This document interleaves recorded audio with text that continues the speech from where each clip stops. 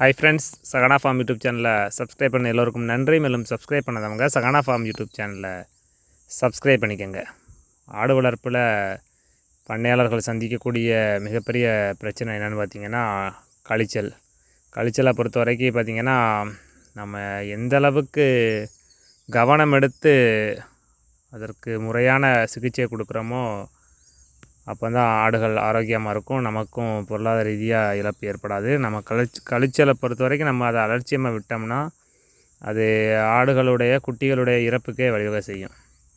அதன் அடிப்பில் பார்த்திங்கன்னா, நம்ம பண்ணையில் கழிச்சல் பற்றி நம்ம எப்படி கழிச்சல் வந்த குட்டிகளை எப்படி என்னென்ன மருந்து கொடுத்து அதை நம்ம சரி செய்தோம், அதற்கு எப்படி நம்ம